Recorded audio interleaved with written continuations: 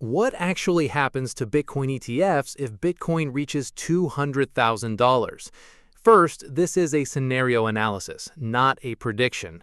With Bitcoin around $63,000 in our starting scenario, a move to $200,000 would represent roughly a 216% gain. That sounds simple enough. Bitcoin rises, the ETFs rise, everyone celebrates. But the mechanics are more interesting than that. What happens to the ETF share price? What happens to billions of dollars already inside these funds? Could one ETF outperform another? Could huge inflows push Bitcoin even higher? And perhaps most importantly, what happens to your portfolio if a position that started small suddenly triples in value? To answer those questions, we first need to understand the most basic piece of the equation. How closely should a spot Bitcoin ETF actually follow Bitcoin? A spot Bitcoin ETF is designed to give investors economic exposure to Bitcoin without requiring them to personally hold the cryptocurrency. So, in a simplified scenario, if Bitcoin rises about 216%, a spot Bitcoin ETF should broadly experience a similar percentage move before fees and small tracking differences. For example, imagine you invested $10,000. If the exposure increases by roughly 3.16 times, that position could theoretically become around $31,600. Again, this is simplified math. It is not a guaranteed ETF return. Sponsor fees, operating expenses, tracking differences, trading execution, and exactly when you bought all affect the result. But the main lesson is straightforward. The enormous return would come primarily from Bitcoin itself. The ETF is the wrapper providing the exposure. And once we understand that, the next question becomes important. If all these funds own Bitcoin, why would it matter whether you own IBIT, FBTC, BTC, BIT, ARKB, or MSBT? These products may provide exposure to the same underlying asset, but they are not economically identical. IBIT and FBTC charge around 0.25%, BITB is around 0.2%, ARKB is around 0.21%, Grayscale's Bitcoin Mini Trust, ticker BTC, is around 0.15%, and Morgan Stanley's MSBT is around 0.14%. Those differences may look tiny when Bitcoin is moving 20% in a month, but long-term investors should still care. Fees compound. Liquidity differs. Custody arrangements differ. Bid-ask spreads can differ. Trading volume can differ dramatically. So if Bitcoin reaches $200,000, the overwhelming driver of return will still be Bitcoin, but the investor experience around that return may vary depending on the fund. And there is another source of confusion here. Bitcoin reaching $200,000 does not mean your Bitcoin ETF share should also trade at $200,000. Here's why. An ETF share does not represent one Bitcoin. It represents a fractional economic interest in the Bitcoin held by the trust. So the relevant number is the percentage change in value, not Bitcoin's nominal price. Imagine an ETF trades at $50 before Bitcoin begins to move. If the underlying exposure approximately triples, the ETF could theoretically move somewhere around $150 before accounting for tracking differences and fees. It does not suddenly trade at $200,000 simply because Bitcoin does, and nominal share prices can be adjusted anyway. If a fund becomes expensive enough per share, the sponsor could theoretically conduct a stock split. One share at $100 could become two shares at $50 each. Your total investment value has not changed, only the number of shares and price per share changed. So ignore the psychological importance of the ETF's ticker price. The much bigger story would be what happens to the total amount of money inside these funds. ETF assets under management could rise dramatically in a $200,000 Bitcoin scenario, but there are two completely different forces that can drive that growth. The first is simple appreciation. If a fund owns Bitcoin and Bitcoin approximately triples, the value of the Bitcoin already inside the trust rises substantially, even if no new investor buys a single share. The second force is net inflows.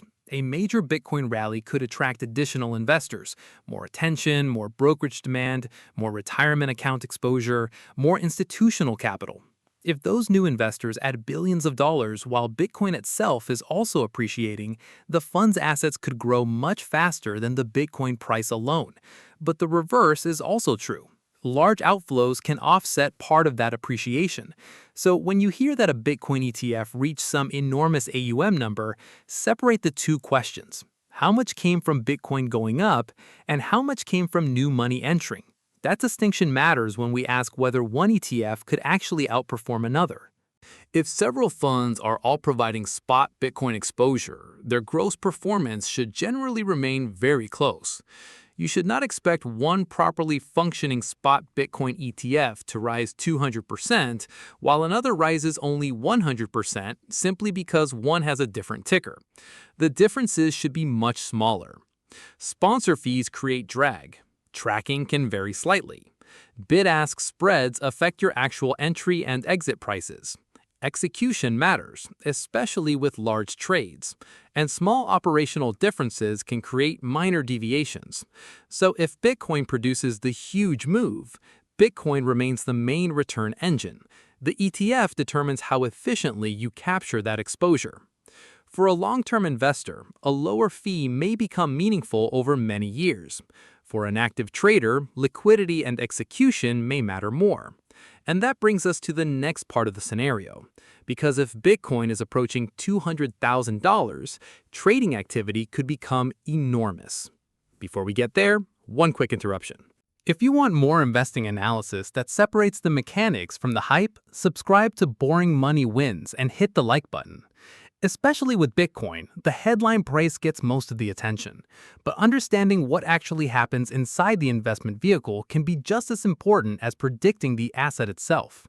And if Bitcoin ever approaches $200,000, the real stress test may not simply be how high the ETF goes.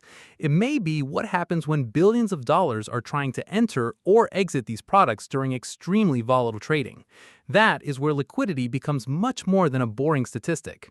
A major Bitcoin bull market would likely bring substantially more trading activity to Bitcoin ETFs. More buyers, more sellers, more institutions, more options activity, and potentially much larger individual orders. For smaller investors placing normal trades, the difference between the most liquid and less liquid funds may not always feel dramatic. But with large orders, execution quality becomes increasingly important. Deeper liquidity can help reduce market impact. Tighter bid-ask spreads reduce the hidden costs of buying and selling. And during volatile markets, those differences can become more noticeable. It is also important to understand that an ETF has both a net asset value and a market price. During normal trading, those should remain close, but temporary premiums or discounts can appear. That raises an obvious question. If everyone suddenly wants the same Bitcoin ETF, could the ETF simply trade 20 or 30% above the Bitcoin it holds? Normally, there is a mechanism designed to fight exactly that problem. ETFs use creation and redemption mechanisms to help keep their market price connected to the value of the assets underneath. At a high level, authorized participants can help create new ETF shares when demand is strong and redeem shares when supply needs to shrink. That process creates an arbitrage incentive. If an ETF becomes meaningfully overpriced relative to its underlying Bitcoin value, market participants have an economic reason to exploit the difference. The same logic works when the fund trades below its underlying value. That does not mean premiums and discounts can never happen. During periods of extreme volatility, spreads can widen and temporary deviations can appear. But the idea that massive demand for IBIT would permanently make each share worth 20% more than the Bitcoin exposure underneath it is generally the wrong mental model. The mechanism is designed to pull the market price back toward underlying value. However, that creation process introduces another fascinating question. If billions of new dollars enter these ETFs, does that create additional demand for actual Bitcoin? Potentially, yes. New money entering spot Bitcoin products can translate into demand for the underlying asset as the ETF ecosystem adjusts its Bitcoin holdings. That creates the possibility of a feedback loop. Bitcoin rises, higher prices attract more attention, more investors buy Bitcoin ETFs. Those inflows can translate into additional underlying Bitcoin demand, and that additional demand can potentially contribute to further price pressure. But be careful with the conclusion. ETF flows are not the only thing determining Bitcoin's price. Bitcoin trades globally. There are exchanges, derivatives, institutional desks, long-term holders, miners, corporations, governments, and millions of market participants. So ETFs can become a meaningful source of demand without controlling the entire Bitcoin market. And the mechanism works both ways. Large ETF outflows can potentially contribute to selling pressure too. If the bull market makes your ETF position much more valuable, however, another cost also becomes larger in dollar terms: the fund fee. Expense ratios are percentages, so as the value of your investment grows, the dollar amount represented by that percentage grows too.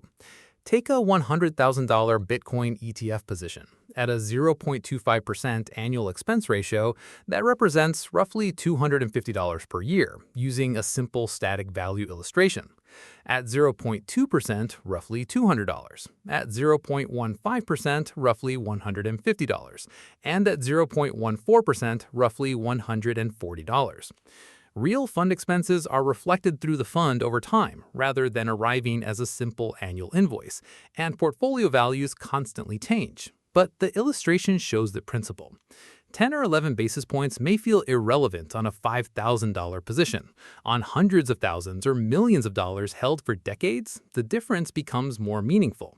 And that fee creates another subtle effect that long-term Bitcoin ETF investors should understand. The amount of Bitcoin economically represented by each share does not remain perfectly constant forever.